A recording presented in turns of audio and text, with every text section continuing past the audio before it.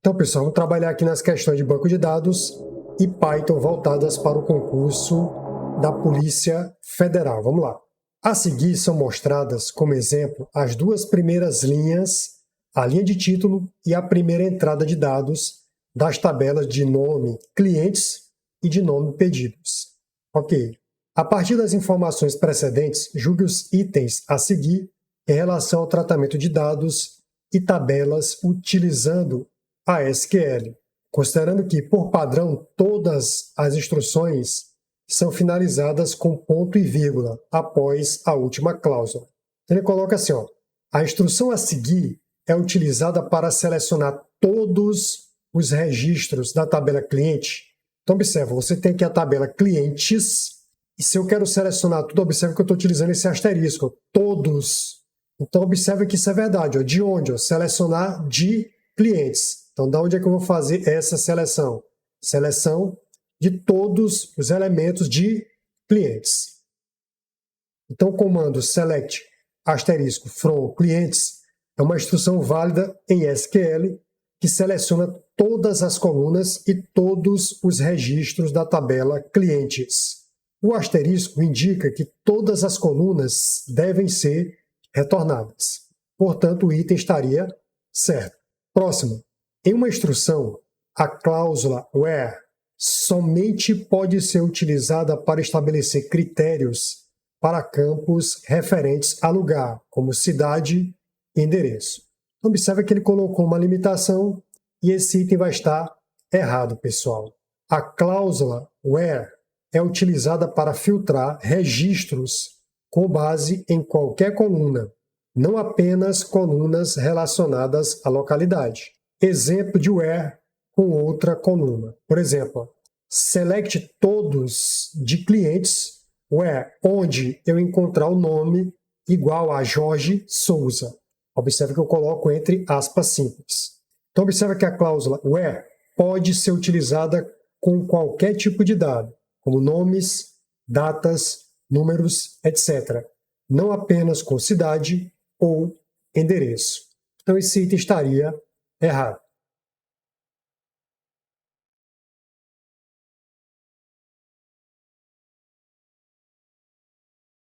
Próximo. Agora nós iremos trabalhar em uma sequência de questões voltadas para Python. Então vamos lá. O interpretador Python converte o código-fonte para o formato bytecode, que é multiplataforma, ou seja, pode ser trabalhado em Windows, Linux e outros sistemas operacionais, e pode ser distribuído junto com o interpretador para permitir, tá certo, a execução, ou seja, facilita a execução. Então veja que esse item vai estar certo. Então observe o seguinte, ó. Imagina que você escreve um programa em Python e aí você digita um texto comum. Aquele texto comum, pessoal, é o código-fonte. O texto sozinho ele não será compreendido diretamente pelo computador. Então, eu vou utilizar o interpretador Python, onde ele vai fazer um trabalho muito importante. Ele vai traduzir esse texto que eu digitei para uma linguagem mais próxima da que o computador entende, e ela é chamada de bytecode. Esse bytecode ele não depende de sistema operacional, então ele funciona no Windows, no Linux e outros. Pode ser guardado em arquivos especiais. Geralmente você vai ter lá o Py de Python Code, com C no final, PyCode. É mais rápido de rodar do que o código original, porque já está pré-traduzido. E como o interpretador sabe como executar esse bytecode, é possível enviar o programa pronto para outra pessoa, desde que ela também tenha um interpretador Python instalado. Então, a comparação simples. Pense no código Python como uma receita escrita em português. O bytecode é essa mesma receita, mas já traduzida para uma linguagem universal, que qualquer cozinheiro, que seria o computador, consegue entender, desde que tenha um manual. O manual seria o interpretador. Então veja o seguinte, ó, o item vai estar certo. Ao executar um script Python, o interpretador converte o código-fonte, que você digitou, .py, em bytecode, arquivos PyC, que são instruções intermediárias executadas pela máquina virtual Python, que é a PVM. Esse formato ele é multiplataforma. desde que o interpretador esteja disponível na máquina do cliente, na máquina de destino. Portanto, o item vai estar o quê? Certo. Beleza, pessoal? Próximo. Na linguagem Python, os arquivos com a extensão PyCode, PYC seria Python Code, permitem combinar em um único arquivo fonte códigos em Python e em linguagem C. Observa que isso não tem nada a ver, pessoal. Observa que os arquivos com a extensão PYC, eles têm a ver com bytecode. Então, tem nada a ver com essa questão de utilizar um único arquivo, códigos em Python e em C. Os arquivos com a extensão PYC são arquivos compilados do Python, ou seja, representam o bytecode, gerado automaticamente a partir de arquivos .py, os arquivos que são o código-fonte em Python, com o objetivo de acelerar a execução em execuções futuras. Eles não combinam códigos Python e C. O que é um PYC? Arquivos criados após a compilação do código Python. São executados pela máquina virtual do Python, PVM. Não contém código C, nem misturam linguagens. Então, observa, pessoal, que esse item vai estar errado. Então, você vai ver que a extensão PYC tem a ver com o bytecode. Tá bom, pessoal?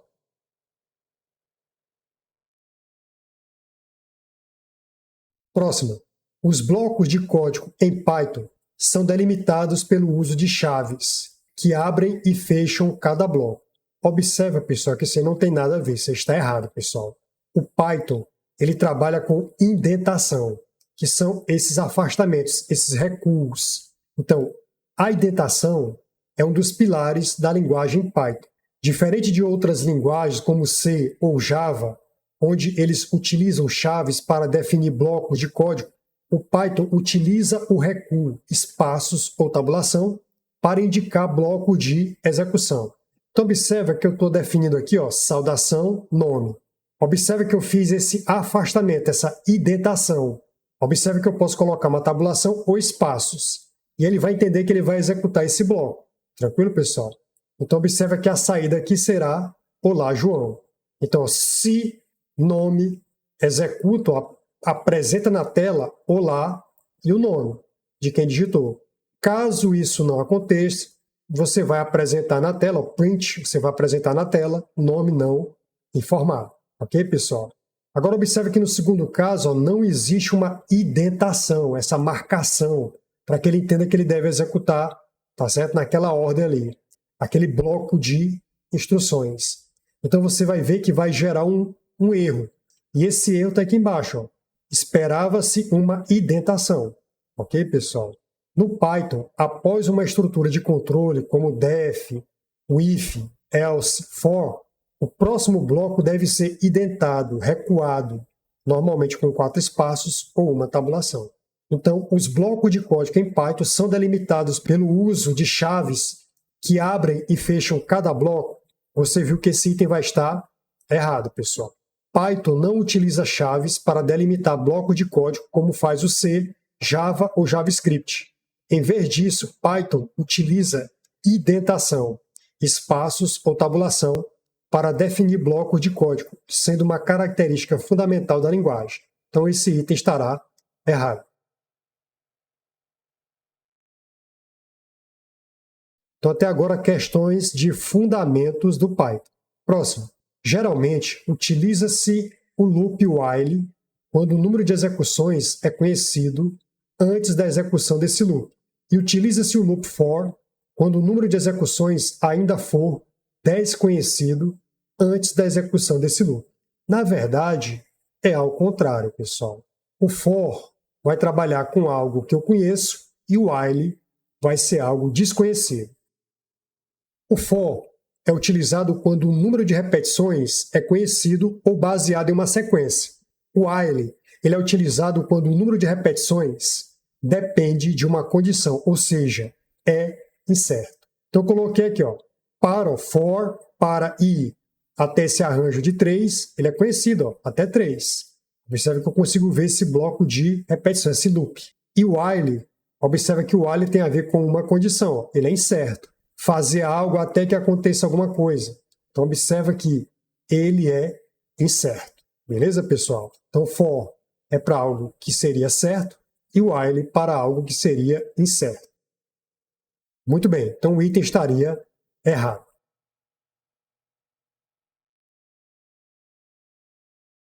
Próximo.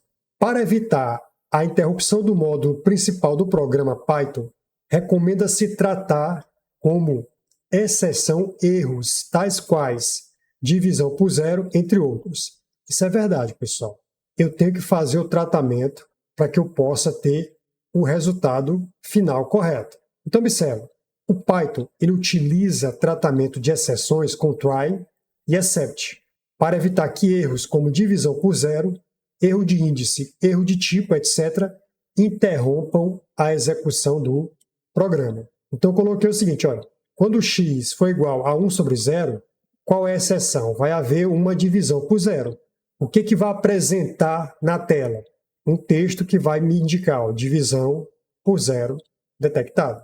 Observa que eu fiz um tratamento para que eu possa evitar a interrupção do módulo principal do programa. Tá bom, pessoal? Então, por isso, o item estará certo. Próximo. Classes em Python implementam o conceito de herança simples e não estão preparadas para herança múltipla. Então, isso aqui, pessoal, é falso, tá bom? Ele consegue tranquilamente trabalhar com herança múltipla. Então, vejamos aqui, ó. O Python permite herança múltipla, ou seja, uma classe ela vai poder herdar de mais de uma classe base. Então, o mecanismo de resolução de métodos em caso de herança múltipla é gerenciado pelo MRO. Tá bom, pessoal? Então, um exemplo válido em Python. Então, se eu tenho a classe A, e aqui tem um conteúdo que eu vou colocar depois, né? Pass. E aqui eu tenho a classe B. A classe C pode herdar métodos de A e B, sem problema nenhum. Esse pass aqui, pessoal, é só porque eu estou com um conteúdo que eu não coloquei ainda. Só para poder fazer a execução do programa. O que interessa é que você entenda que uma classe ela pode herdar métodos de outras classes. Consequentemente, eu tenho herança múltipla. Então, veja aqui, ó, esse item vai estar errado. Então, o exemplo que eu coloquei para vocês, ó, o que está acontecendo aqui nesse código? É um exemplo de herança múltipla em Python, onde a classe C ela está herdando, ou seja, recebendo as características de duas classes ao mesmo tempo, A e B. Então, na linha A, ele criou a classe chamada A. O pass significa não tem nada aqui por enquanto. Usamos pass quando queremos criar uma estrutura vazia só para ocupar o lugar. A classe B pass, aqui criamos a classe B também vazia, e a classe C vai herdar os métodos de A e B. Então, criamos a classe C, que herda de A e B ao mesmo tempo. Isso é chamado de herança múltipla, e o Python permite isso. Agora eu coloquei aqui um exemplo real. Ó. Eu coloquei uma classe chamada pessoa, eu defini falar e vai apresentar na tela. Olá, eu sou uma pessoa. A classe trabalhador, defini que vai trabalhar, eu defini esse método trabalhar, aí tem um print, estou trabalhando. Aí está aqui uma classe que vai herdar, ó, tanto de pessoa como trabalhador, ela vai herdar os métodos. Ok, pessoal? Eu abreviei o método pessoa trabalhar ó, como PT, né? Onde eu tenho pessoa trabalhador. Consequentemente, ó, essa classe aqui, ó, essa classe, ela vai herdar falar e vai herdar o método trabalhar. Tá bom, pessoal? Então, eu coloquei aqui, ó, pessoa tem o método falar, trabalhador tem o método trabalhar. Pessoa trabalhadora herdou os dois métodos das duas classes. Qual é a saída esperada ao rodar o código? Olá, eu sou uma pessoa, estou trabalhando. Conclusão. Essa classe pessoa trabalhadora é uma classe que herda de duas outras, pessoa e trabalhador. Pode usar os métodos de ambas as classes como se fossem seus. Isso é uma herança múltipla. E Python permite isso naturalmente. Bom, pessoal?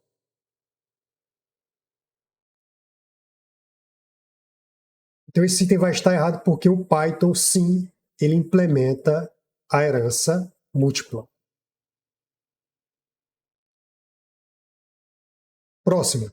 Em Python, as listas são coleções heterogêneas imutáveis de objetos de qualquer tipo, inclusive de outras listas. Perfeito, pessoal. Isso aqui vai estar na sua prova, porque eles adoram questões que têm a ver com listas. E listas, ela tem coleção heterogênea, mutável e, inclusive, outras listas podem estar dentro dessas listas. Então, olha só, as listas em Python podem conter elementos de tipos diferentes, então são heterogêneas, e podem ser alteradas, mutáveis. Também é possível incluir outras listas como elementos. Então, observe que eu tenho aqui ó, eu tenho um texto, eu tenho uma lista, eu tenho aqui ó, um número 4.5, beleza, pessoal? Então, aqui, ó, esse item vai estar certo.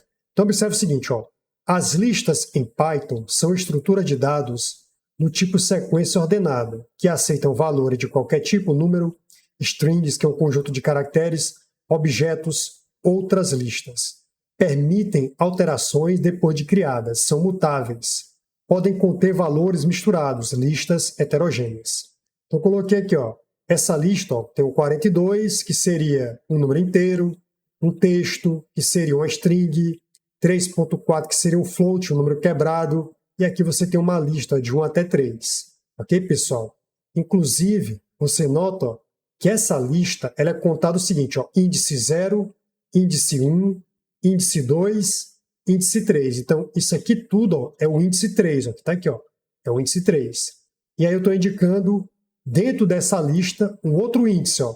Aqui você tem o índice 0, o índice 1 e o índice 2. Então, estou querendo o seguinte, ó, nessa lista, eu quero o índice 3, 0, 1, 2, 3, que é essa outra lista, e dentro dessa lista eu vou querer o índice 1. Então, o índice 0 é o 1, e o índice 1 aqui ó, seria o 2. Por isso que aparece o elemento da sublista. Então, repetindo, ó, aqui você tem uma lista, onde você tem vários elementos heterogêneos. O índice desse aqui é 0, o índice desse aqui é 1, desse aqui é 2 e esse aqui é 3. No índice 3, isso aqui é uma lista.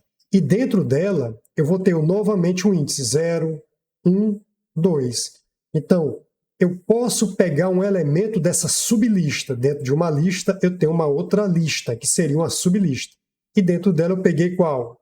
O índice 1, que seria o número 2, por isso que apareceu aqui 2. Ok, pessoal? Então, a lista ela contém um número inteiro, uma string, um número decimal e outra lista como elemento. Além disso, podemos modificar a lista. Ó. Se eu quiser modificar esse texto aqui, ó, eu posso escrever um novo texto. Basta eu dizer o seguinte, ó, lista 1, eu quero igual um novo texto. E aí ele vai fazer essa modificação. Então, sim, também é possível observar que ela é mutável. A lista, ela é mutável. Tranquilo, pessoal? São todas as características aí de uma lista em Python.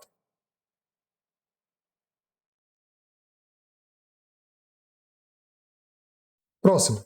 O código a seguir em Python retornará agropecuária como resultado da sua execução.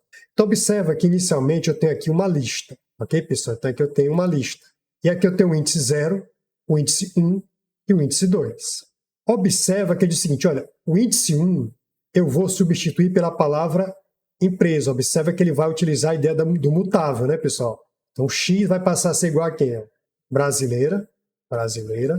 Aí agora, ó, o índice 1 vai aparecer o quê? Empresa. Você vai colocar lá empresa, aí você tem lá, vírgula, agropecuária. Tranquilo? Beleza. Só colocar aqui a separação por vírgula para ficar legal. Muito bem. Agora observe o seguinte, continuando o código. Aqui você nota ó, que está dizendo o seguinte, ó, X, o índice 2 eu vou substituir. Ó, esse pop aqui, ele está dizendo o seguinte, olha, quem vai receber o valor que eu vou tirar vai ser justamente o Y. Ele vai armazenar essa informação agora. Ó. Então, eu vou retirar o valor que está no índice 2. Então, ele vai retirar a palavra agropecuária. Então, dessa lista, ó, ele vai retirar agropecuária e vai atribuir esse valor a Y. Então, Y vai receber agropecuária. Ok, pessoal? Então, a lista vai ficar agora assim. Ó, a lista vai ficar assim, brasileira, separação, e vai ficar aqui, ó, empresa. Beleza. Aí ele continua. Na lista X, aqui, ó, em X, nessa nova X aqui, ó, dessa lista, acrescenta a palavra append, quer dizer acrescentar. Acrescenta Embrapa. Ok, pessoal? Então, eu vou acrescentar Embrapa. E ainda eu vou remover brasileiro. E aqui, ó, nessa lista também eu vou remover brasileira. Então, eu vou acrescentar Embrapa e vou remover brasileira. Tranquilo, pessoal? Então, nesse caso aqui, aonde é que ele vai adicionar a palavra Embrapa? Ao final. Então, vai ficar o seguinte, ó, X vai ser igual. Aí, novamente, ó, brasileira, vírgula. Aí vai estar lá, empresa, vírgula. E ele vai acrescentar, ó, a palavra append, quer dizer o quê? Acrescentar. E vai acrescentar Embrapa. Ok, pessoal? Ao final. Então, essa é a ideia do acrescentar. Ele vai acrescentar algo ao final. Maravilha. E como eu falei para vocês, ó, nessa lista, você vai remover brasileiro. Ó. Tchau, brasileiro. Então, no final das contas, ficou assim, ó, X vai ter uma lista com a palavra empresa, vírgula, Embrapa. Aí ele vai e fala o seguinte, olha, apresenta na tela, apresenta na tela a lista aonde eu quero o conteúdo do índice 1. Índice 1. Então, observa, ó, índice 0 é empresa, índice 1 é Embrapa. Então, na tela vai aparecer a palavra o quê? Embrapa. E ele falou que vai retornar agropecuária. Isso estaria o quê? Errado. Ok, pessoal? Então, veja que aqui tem umas informações interessantes. Ó. O POP, ele retirou o conteúdo e acumulou nessa variável y. O append, ele acrescentou na lista, ao final, a palavra Embrapa e removeu a palavra da lista, a palavra brasileira. Ok? Então, vejamos aqui. Ó. Analisando passo a passo. X1, empresa, vai substituir de por empresa. Realmente, ó, aqui tem o índice 0, o índice 1 e o índice 2. Eu estou pedindo para ele substituir o de por empresa. Aqui vai ficar agora, ó, empresa. Maravilha. Aí continuando, ó, x.pop2 vai remover agropecuária da lista. Ou seja, ó, ele vai remover, ó, pecuária, ó, tchau, vai embora. Então ficou só brasileira e também ficou a palavra empresa. Maravilha. E isso foi atribuído à variável, no caso, y. Ok. Agora, na lista, ele vai acrescentar essa palavra append, quer dizer acrescentar, a palavra Embrapa, mas vai acrescentar aonde? No início ou no final? Ao final. Então agora, ó, X ficou igual, como eu falei para vocês, ó, brasileira, vírgula, o de ele substitui por empresa, e ao final ficou Embrapa. Tá aí a lista. Aí depois, removeu brasileiro. Ó. Tchau, brasileiro. Então, X agora ficou igual a quem? Ficou igual Embrapa, aliás, empresa, e aí ficou também, ó, Embrapa, ao final. Então, a pergunta é, apresenta na tela X1. Essa primeira parte é 0 e essa aqui é 1. Então, vai aparecer a palavra o quê? Embrapa. Então, com certeza, ele retorna, tá certo? A string Embrapa, esse conjunto de caracteres, e não agropecuária. Tá bom, pessoal? A string agropecuária ela foi retirada no POP e não aparece mais na lista. O resultado que será impresso será o quê? Embrapa. Impresso, apresentado na tela será Embrapa. Esse print, estou colocando na tela. Então, esse print ele funciona tanto em Python quanto em R, por exemplo. Tá bom, pessoal? Então, fique atento com isso, pessoal. Isso é muito importante, cai bastante na prova do SEBRASP para nível superior, que você saiba o que é que faz o POP, ele remove algo da lista de acordo com o índice que você passar, append, ele acrescenta ao final um elemento só, e o remove ele exclui. Tranquilo, pessoal? O gabarito errado. Aqui, ó, o que faz a função POP? A função POP index em listas do Python remove o elemento que está na posição que você apresenta. Retorna esse elemento que pode ser armazenado em uma variável. Então, lista em Python. O que é uma lista? É uma coleção ordenada mutável indexada de elementos. Ou seja, você tem vários índices dos elementos. 0, 1, 2, 3. E ela pode conter o quê? Strings. Conjunto de caracteres. Como nesse caso dessa lista, ó, brasileira, de agropecuária. Tá bom, pessoal? Aí está aqui o índice, ó, índice 0, índice 1 e aqui é o índice 2. Tá bom, pessoal? É como se fosse x0, x1, x2. Tudo entre colchete, né? O 0 entre colchete, 1 entre colchete, o 2 entre colchete. O x é por causa do nome da lista, que é x. Tranquilo? Aí coloquei aqui para vocês, ó, a lista original, que foi o que aconteceu exatamente no programa. Estava lá x igual a brasileira de agropecuária, é a lista original. Quando eu coloquei x1, contei aqui o índice 0 e o índice 1, substitui por empresa, trocou o de por empresa, aí a lista agora ficou brasileira, empresa, agropecuária. Aí quando eu coloquei y igual a x.pop2, quer dizer que no índice de número 2, que é agropecuária, eu vou retirar essa palavra e atribuir a y. Ok, pessoal? Ele guarda isso em y, então ela vai sair da lista. Agora, na lista, eu vou acrescentar a palavra Embrapa, mas aonde? Ao final. Observa que eu retirei a palavra agropecuária. Então ficou a sequência brasileira, empresa e Embrapa. Embrapa foi adicionada ao final. A palavra append quer dizer acrescentar. Acrescentar onde nesse caso? Ao final. E remover brasileira. Quando eu remover brasileira, agora o índice ficou 0 e 1. Como ele quer que apresente x1, agora o índice 1 está dentro de quem? De Embrapa. 0, 1. Então ele imprime e apresenta a palavra Embrapa. Tranquilo, pessoal? Então o item estaria errado.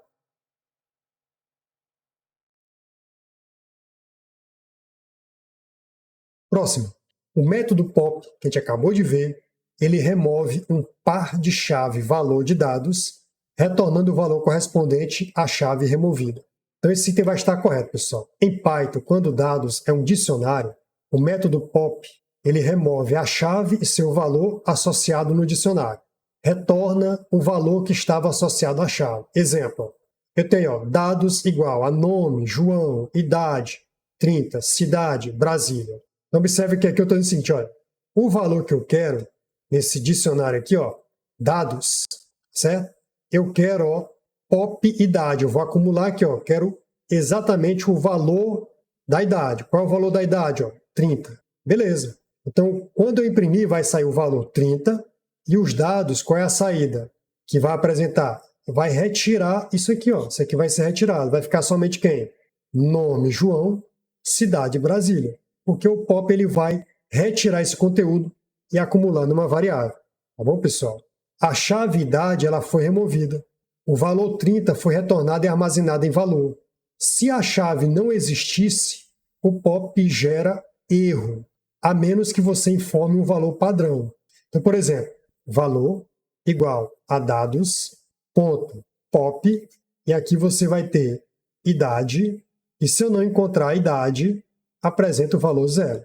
Aí, pessoal. Então, ele iria retornar 0 se a chave idade não existisse. Tranquilo, pessoal? Então, é assim que funciona.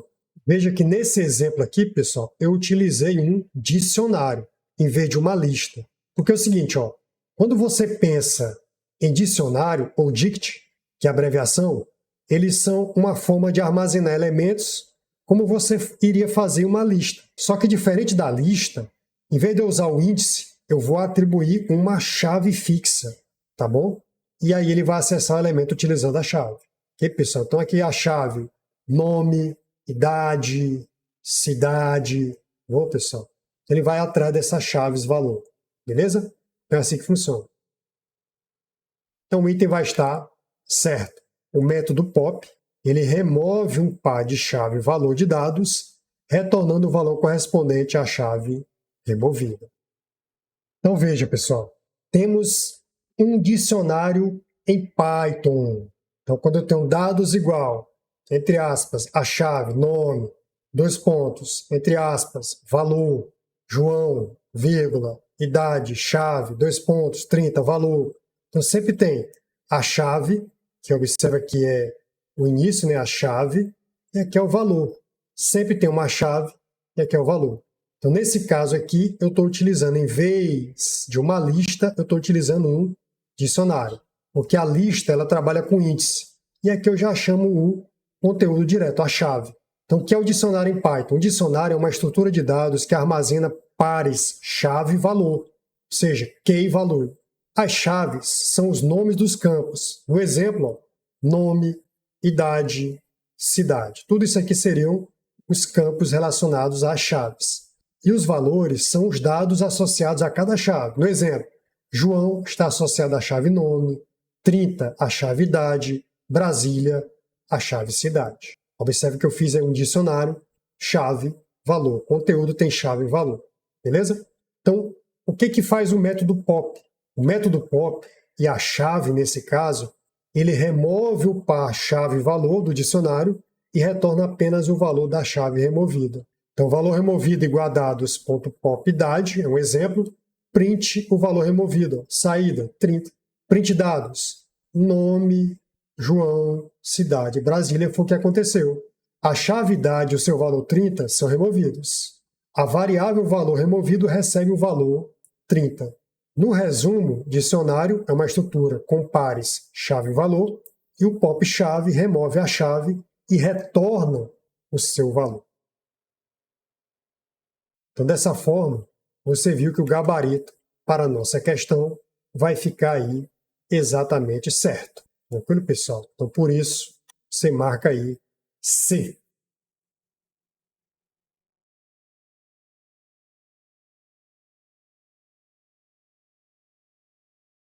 Próximo. Em Python, a função append pode ser utilizada para adicionar múltiplos elementos a uma lista de uma só vez, o que simplifica a manipulação de coleções de dados. Você viu que append significa acrescentar, mas ele vai acrescentar um conteúdo. Então, observe que isso estaria errado, pessoal, não são múltiplos elementos. Então, olha só, o método append em Python adiciona apenas um único elemento por vez ao final da lista.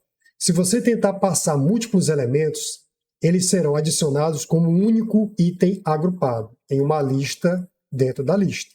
Exemplo de uso correto. Ó. Eu tenho aqui a lista 1, 2, 3. Aí eu vou dizer o seguinte, ó, nessa lista acrescenta o número 4. Observa que a saída vai ser o quê? O 4 ao final. Vai ser 1, 2, 3 com 4 ao final. Observe, pessoal, que aqui não tem nada a ver com índice. Se fosse índice, eu estaria colocando entre colchete e dizendo o nome da lista que eu quero ele. No caso aqui, ó, eu estou dizendo o seguinte, acrescenta o número 4 ao final dessa lista. Se eu tentar adicionar vários elementos, por exemplo, eu quero adicionar aqui o 5 e o 6. Observa que a saída vai ser o quê? 5 e 6 como um único elemento. Perceba que 5,6 foi adicionado como um único item. Tranquilo, pessoal? Então esse item estará o quê? Errado, porque o append em Python adiciona apenas um único elemento por vez ao final de uma lista. Então, para adicionar múltiplos elementos de uma única vez, deve-se utilizar, em vez de append, você vai utilizar extend, estender, que desempacota os itens. Então, por exemplo, você tem uma lista 1, 2, 3. E aí você digita o comando, lista.extend, acrescenta, expande aqui, 4, 5 e 6. Aí tudo bem. Além dos valores que já existiam, vai acrescentar o 4, o 5 e o 6. E não como um único elemento, como faz com append, que é acrescentar ao final. Beleza, pessoal? Então, grave bem. O extend ele vai permitir você estender a lista.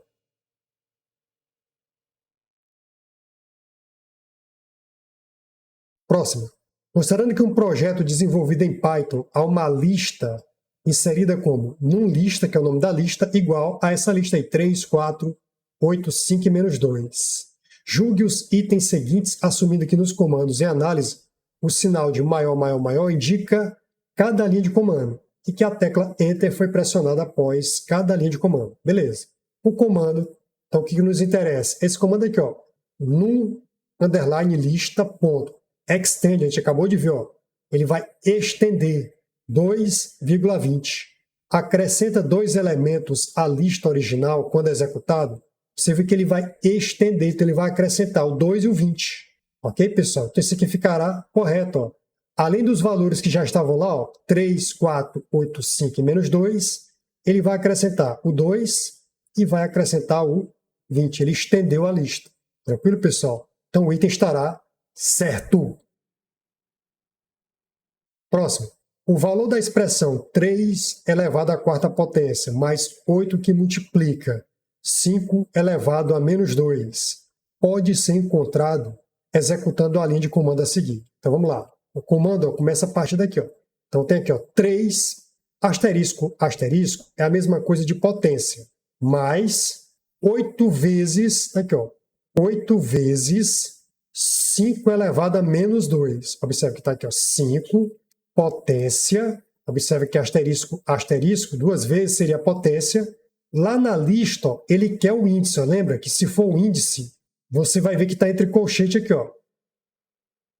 Então, nessa lista, que se chama numLista, está aqui ela, eu quero o índice 4. O índice 4, 0, 1, 2, 3, 4. Veja que ele está elevando a menos 2.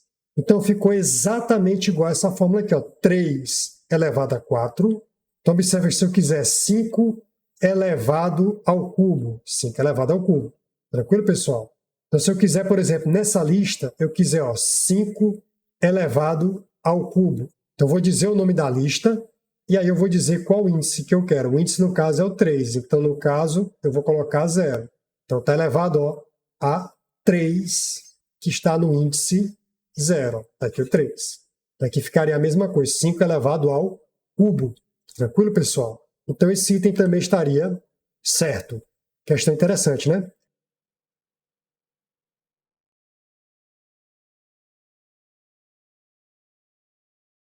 Próximo. O método insert pode ser utilizado para adicionar elementos em uma lista em qualquer posição específica, movendo os elementos subsequentes para a direita. Perfeito, pessoal. Isso aqui é interessante. Então, olha só. Em Python, o método insert, posição, vírgula, elemento, permite inserir um item em uma posição específica na lista. Quando isso ocorre, os demais elementos, a partir dessa posição, são deslocados para a direita. Então, por exemplo, eu tenho aqui a lista, frutas igual maçã, entre aspas, duplas, vírgula, banana, entre aspas, duplas, vírgula, uva, entre aspas, duplas. Observe que essa lista está entre colchetes. Maravilha. Agora eu estou dizendo o seguinte, na lista frutas, insira no índice 1, laranja, ok? Então, na posição 1, você vai inserir laranja. Então, aqui, 0, que ela vai ficar bem aqui, no lugar de banana. Aí banana e uva vão mais para frente. Então, no caso aqui, ele vai inserir laranja na posição 1. Então, vai ficar como? Maçã, está lá no 0. Aí banana não era o índice 1. E agora laranja não vai ser o índice 1. Então, ela afasta. Vai ficar laranja, o índice 1. E aí banana vai passar a ser o índice 2 e uva o índice 3. Ok, pessoal? Então, a saída ficou maçã, laranja, banana e uva. O item laranja ele foi inserido na posição 1. Os elementos banana e uva foram movidos para frente, ou seja, para a direita. Importante, se a posição informada for maior que o tamanho da lista, o insert ele vai adicionar o item no final. Se for 0, o item será adicionado no início. Tranquilo demais, né, pessoal? Então, veja, esse item aqui vai ficar correto. Então, veja aqui na prática. Eu vou inserir com um índice maior que o tamanho da lista. Então, por exemplo, eu tenho uma lista aqui chamada animais, tem lá igual cachorro, gato, pássaro. A lista tem 3 elementos, o índice 0, o índice 1 e o índice 2. Se eu disser assim, nessa lista animais, insira 10, vírgula, tigre. Ou seja, observa que o índice 10 ele não existe. Ele é maior do que a quantidade de índice que tem aqui. Então, essa palavra tigre vai ser acrescentada ao final, vírgula, tigre. Qual vai ser a saída? Cachorro, gato, pássaro e ao final ficará tigre. Como o índice 10 é maior que o tamanho da lista, o tigre foi inserido no final. Beleza? A lista só tinha 3. Observa que eu queria inserir o índice 10. Então, qual é a explicação? Como o índice 10 é maior que o tamanho da lista, que só tem 3 elementos, o tigre foi inserido no final. Beleza? Agora, inserte com o índice 0 início da lista. Animais igual cachorro, gato, pássaro. Aí eu coloquei assim, animais, insert 0, leão. Então, ele vai inserir leão aonde? No início. Ficando o quê? Leão, cachorro, gato e pássaro. Então, a explicação com insert 0, leão, o elemento foi adicionado na primeira posição e os demais foram empurrados para a direita, como ele chama para frente, né? Então, aqui seria a explicação para que você pudesse assimilar essa questão de inserir algo na lista na posição desejada. Ok, pessoal? Próximo. Essa questão, pessoal, ela é polêmica, né? Porque a nossa amiga Sebrasp quis inventar com o gabarito errado. E nós vamos ver que o gabarito está certo. O gabarito oficial veio errado, mas ela está certa. Porque ele falou assim, ó, a execução do script em Python a seguir apresentará false em tela. Então vejam, eu tenho uma lista aqui, x igual a 4, 1, 2, 3, nessa ordem. E aqui eu estou dizendo o seguinte, ó, y, ele vai criar uma nova lista em ordem baseada nessa x. Então aqui vai ficar o seguinte, ó, y igual, ordenando isso aqui vai ficar 1, 2, 3, 4. Observa que y aqui ó, vai ficar na ordem. Então y vai ficar exatamente na ordem 1, 2, 3 e 4. E observa que a impressão vai ser o quê? Vai ser verificar se x, que é essa inicial, é exatamente igual a y. Veja que y é diferente de x. Então isso aqui é verdadeiro ou falso? Será que é exatamente igual? Não é exatamente igual. Por isso, surgirá a palavra false. Beleza, pessoal? Mas vamos lá. Vamos entender o código. Na linha 1, eu tenho uma lista. 4, 1, 2, 3. Então, você tem uma lista original x. Na linha 2, você tem o y igual a sorte de x. Ele não vai modificar o original, mas vai retornar uma nova lista ordenada. Então, esse sorted, ele vai pegar a lista x e vai ordená-la. Ele cria uma nova lista ordenada com os mesmos elementos de x. Ele mantém o x, 4, 1, 2, 3, e cria em y ordenada uma nova lista 1, 2, 3, 4 com os mesmos elementos de x, só que de forma ordenada. X continua mesmo, 4, 1, 2, 3, e o y agora vai ter uma nova lista ordenada 1, 2, 3, 4. Na linha 3, y.sort, o sort quer dizer ordenar ou classificar. Então, quando ele aplica sort em y, observa que ela já está ordenada, 1, 2, 3, 4. Então, o resultado continua 1, 2, 3, 4. Na linha 4 tem assim, print x igual y. Então, o que vai acontecer? Ele verifica se as duas listas são iguais em ordem e conteúdo. Nesse caso, elas não são iguais, pois a ordem é diferente. No x tem o 4, 1, 2, 3, e observa que o y tem 1, 2, 3, 4. As listas são diferentes na ordem dos elementos. Portanto, o resultado será false. Veja que eu coloquei aqui, pessoal, para testar online, ó, no OniCompiler, você vai ver que eu posso testar o Python, digitei a mesma coisa e está aqui o resultado. Ó. A saída, output na saída, beleza? A palavra false. Então veja que ao final da execução apareceu em tela a palavra false. Então esse item está certo. Só que o Sebrasp colocou no gabarito oficial errado. Mas, como eu digo para você, nós vimos aí que está certo.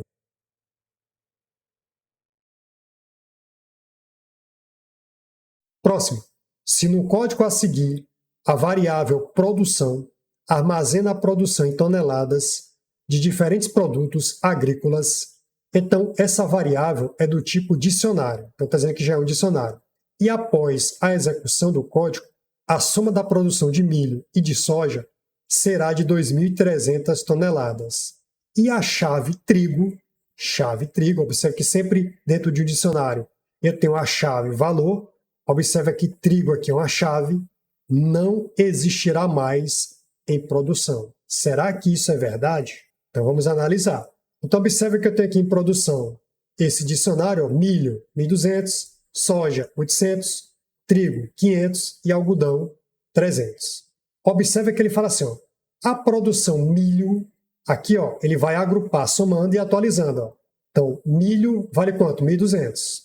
Mais, essa palavra get quer dizer obter. Ó. Obtenha em produção trigo. Qual o valor de trigo? 500. Se eu não encontrasse o valor de trigo, eu iria atribuir 0. Nesse caso, eu encontrei 500. Então, aqui vai resultar quanto? 1.700. Ele atualizou. Esse sinal de mais aqui quer dizer que ele vai somar e vai atualizar. Mais igual. E atualiza ao final o resultado da soma. Então, 1.200 mais 500 deu 1.700. Beleza, pessoal? Muito bem. Então, observa que agora milho passou para 1.700. Agora, soja. Observa que soja vai receber o seguinte, ó, uma subtração de soja. Então, aqui está dizendo o seguinte, ó, vai subtrair soja, que vale 800, menos, ó, aqui tem o sinal de menos, ó, menos, obtenha lá no dicionário produção, porque get é obter, algodão. Observe que tem aqui, ó, algodão é 300. Vai ficar 800 menos 300. Então, esse aqui vai me resultar quanto? 500. Então, o valor de soja agora vai valer quanto? 500. Beleza. Próxima linha.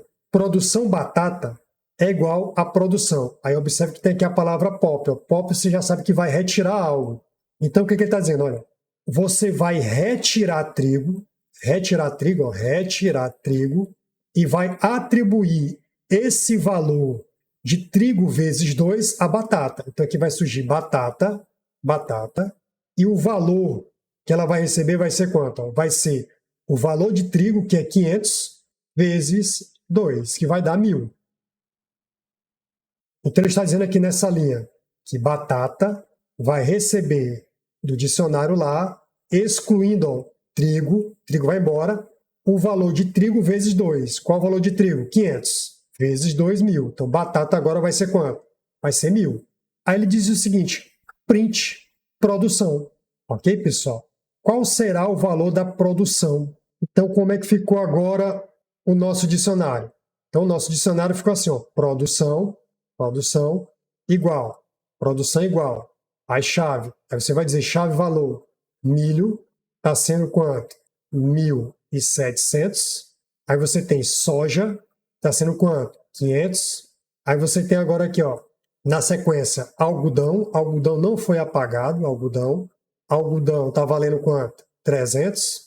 E aí eu acrescento batata, que o resultado foi quanto? 1.000. Tranquilo, pessoal? Então ficou dessa forma aí.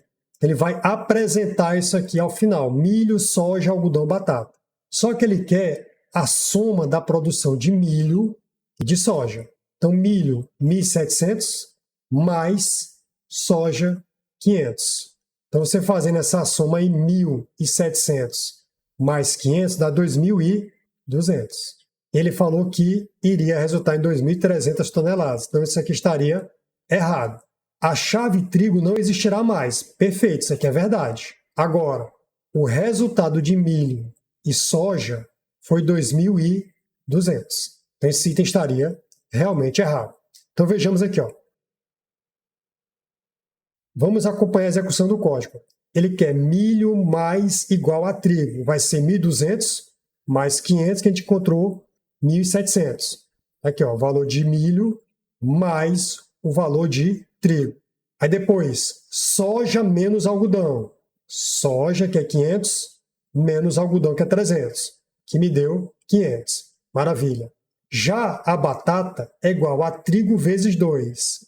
E veja que lá tinha pop. Pop vai eliminar trigo e batata vai aparecer com quem? Com 500 vezes 2, que vai dar 1.000. Então ele removeu, através do pop, trigo.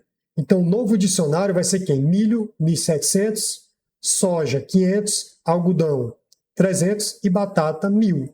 Agora, a soma de milho e soja é 1.700 mais 500. No caso, 2.200. Consequentemente, não é 2.300 toneladas, como ele fala.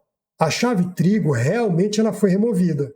Só que a assertiva ficou errada porque ele falou 2.300 e na verdade seria 2.200. Gabarito errado. Ok, pessoal?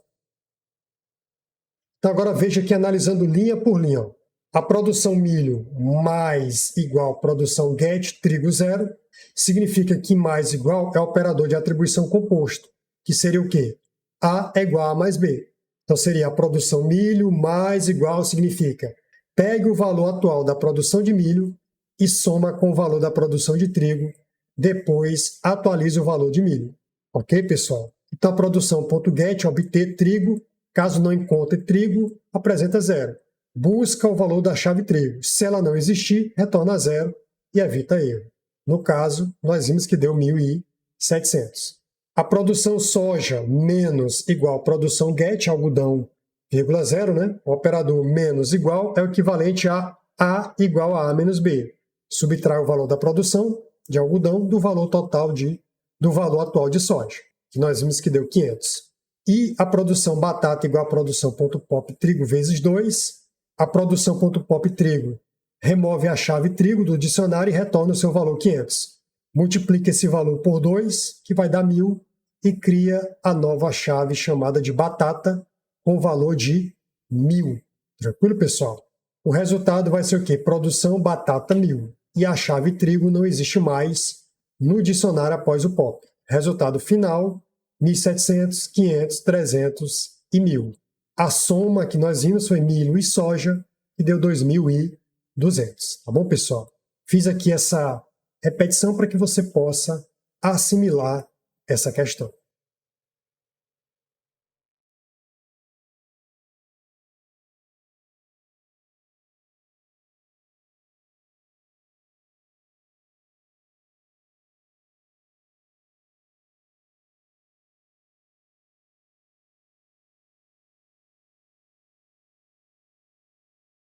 Próximo.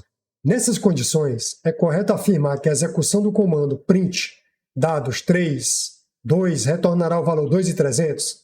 Observe que eu tenho aqui, ó, fazendas igual, aqui é uma lista, safra, aqui é outra lista, quantidades, aqui é outra lista. Observe que aqui é o índice 0, 1, 2, 3. Aqui é o índice 0, 1, 2, 3. Aqui é o índice 0, 1, 2, 3. Tranquilo, pessoal? Então, será que esse comando vai retornar 2.300? Vamos ver se é verdade. Ó. Então, analisa comigo. Ó. Observa que aqui, pessoal, será a linha 0, linha 0. Aqui será a linha 1. Aqui será a linha 2. Aqui será a linha 3. E aqui será a linha 4. Observe que dentro dessa listagem aqui, eu tenho essas linhas. E aí você viu que nós temos os índices, ok? Quando ele digitar aqui, ó, apresente dados. Então, olha só, dados está aqui, ó, apresente dados. Beleza. Eu quero a linha 3. Observa que a linha 3 é essa aqui, ó. Linha 3. Tá vendo? E eu quero que você me apresente o índice 2, ó. Índice 0, índice 1, índice 2. Ok, pessoal? Observa que aqui no índice 2, a quantidade está lá no índice 2, ó. Então, eu vou pegar aqui, ó, a quantidade está aqui, ó. Então, aqui tem 0, 1, 2, 3. E observa, ó, que aqui vai aparecer quanto? 1.800. Observe que tem aqui, ó, fazenda. Você tem o índice 0, então tá fazenda. O índice 0 é fazenda A, então tá aqui fazenda A. A safra 0, 2023, está aqui 2023. A quantidade em quilos, 0, tá aqui, ó, 1.500. Tá aqui 1.500. Aí a mesma coisa, ó, fazenda, o índice 1. O índice 1 está aqui, ó, fazenda B. Aí na safra, o índice 1, 2023, está aqui. E você tem na quantidade em quilo, 2.300. Está aqui. Aí nesse caso, você nota que ele falou o seguinte, ó. Quando eu pegar em dados, você está vendo aqui, ó. Deixa eu só apagar esse aqui para você ver melhor. Você está vendo que dados é isso aqui, ó. Dados é isso aqui. Aí você tem a linha 0, a linha 1, a linha 2, a linha 3 e a linha 4. Aí fala, ó, na linha 3 de dados, a linha 3 é essa. Eu quero o índice 2, ó. Índice 0, índice 1, índice 2, que é a quantidade em quilo no índice 2. Ó. Eu vou procurar aqui, ó, quantidade em quilo no índice 2. 0, 1, 2. Está aqui, ó, 1.800. Então ele falou assim, ó, Retornará o valor 2.300? Errado, vai retornar o valor o quê? 1.800. Ok, pessoal? Então esse item estará errado. Eu coloquei aqui para vocês a ordenação de linhas e colunas. Por exemplo, ó, dados 1, 0. Como é que seria o acesso? Ó? Você pegaria aqui, ó, 1, índice 0, aqui, ó, fazenda A. Dados 2, 2. Dados 2, índice 0, índice 1, índice 2, 2.300. Dados 3, 1, pegaria a linha 3 e o índice 1, índice 0, índice 1, 2024. Dados 4, 0, seria a linha 4 e o índice 0, fazenda B. E assim sucessivamente, tá bom, pessoal? Beleza? Então é assim que funciona. Então, nesse caso aí, o item ficou errado, porque, na verdade, nós encontramos 1.800 nesse comando print dados 32. Ok, pessoal?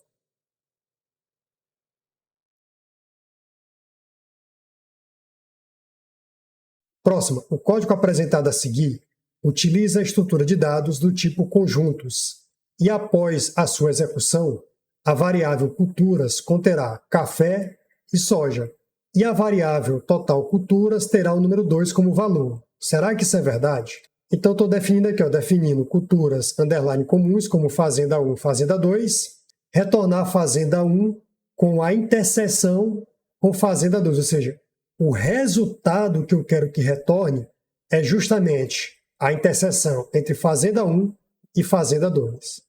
Observe que a fazenda 1 aqui vai ser representada por fazenda A e a fazenda 2 aqui por fazenda B. Aí veja que eu vou fazer a interseção. O que tem em comum aqui? Ó? Eu tenho soja, soja, e tenho aqui ó, café, café. Ordenando essa interseção ficará o quê? Café, soja. Beleza, pessoal?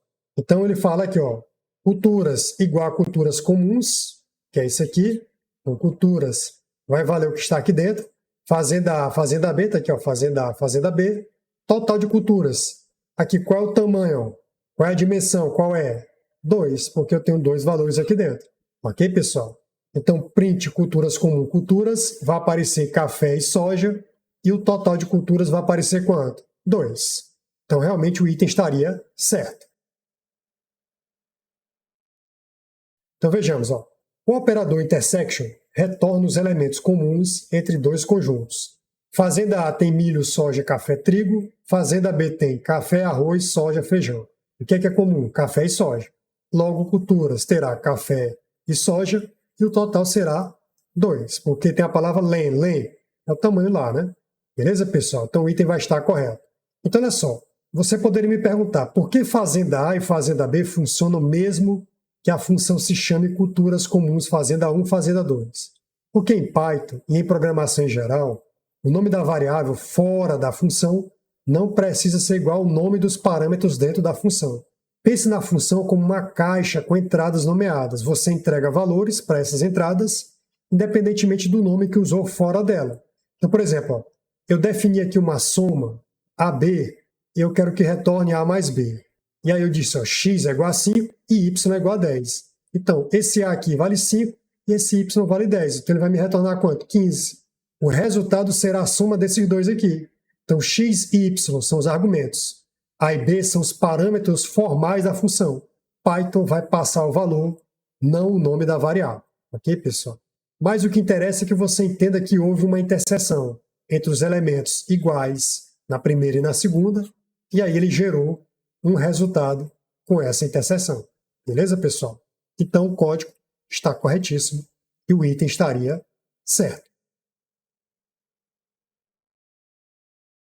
Agora, outra pergunta que você poderia colocar. O que é total underline culturas igual a len culturas? Então, essa linha no código, ela está contando quantos elementos existem no conjunto culturas e guardando esse número na variável total culturas. Tranquilo? Então, leitura da linha total underline culturas é igual a len culturas. Culturas é um conjunto, entrada, né, set, em Python, contendo os elementos comuns entre duas fazendas, café e soja. A função len, ela retorna o tamanho e o número de itens de uma estrutura de dados, como lista, conjunto, dicionário e string. Então, encontrou café e soja, 2 itens. Beleza? Então, exemplo prático. culturas igual a café soja, total culturas, len culturas, resultado 2. O print total culturas, a saída é 2. Conclusão, len significa comprimento, lente. Len culturas conta quantos elementos estão dentro do conjunto culturas. Esse valor é armazenado nessa variável total culturas. Então o item ficou certo.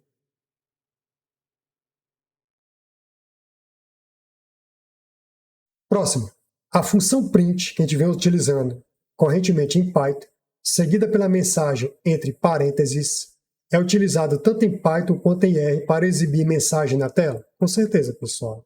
Tanto em Python quanto em R, a função print é utilizada para exibir mensagens, variáveis ou resultados no console. Apesar das linguagens serem diferentes, o uso da função é similar. Então, Python, print, olá Python, a saída vai ser olá Python. Em R, print, olá R, a saída vai ser olá R. Esse comportamento padronizado da função print facilita o aprendizado cruzado entre as duas linguagens. Então o item está certo.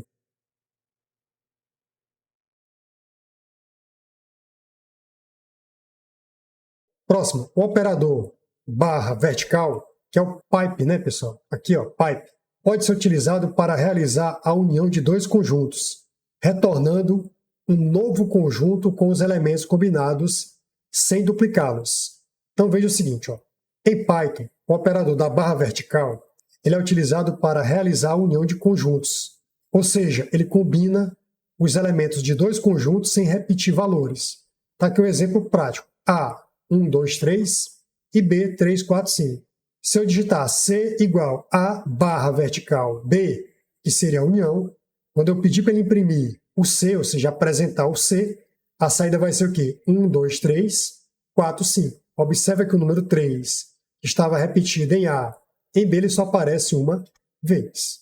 Então o valor 3 aparece nos dois conjuntos, mas não se repete no resultado. O operador da barra vertical, o pipe, né, é uma forma sintética e clara de fazer a união B. Ok, pessoal? Portanto, o item está certo.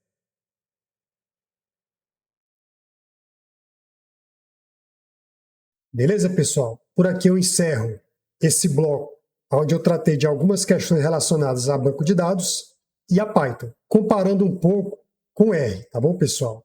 A ideia aqui é você verificar a estrutura do Python, que são questões recorrentes no concurso da banca Sebrasp. Beleza, pessoal?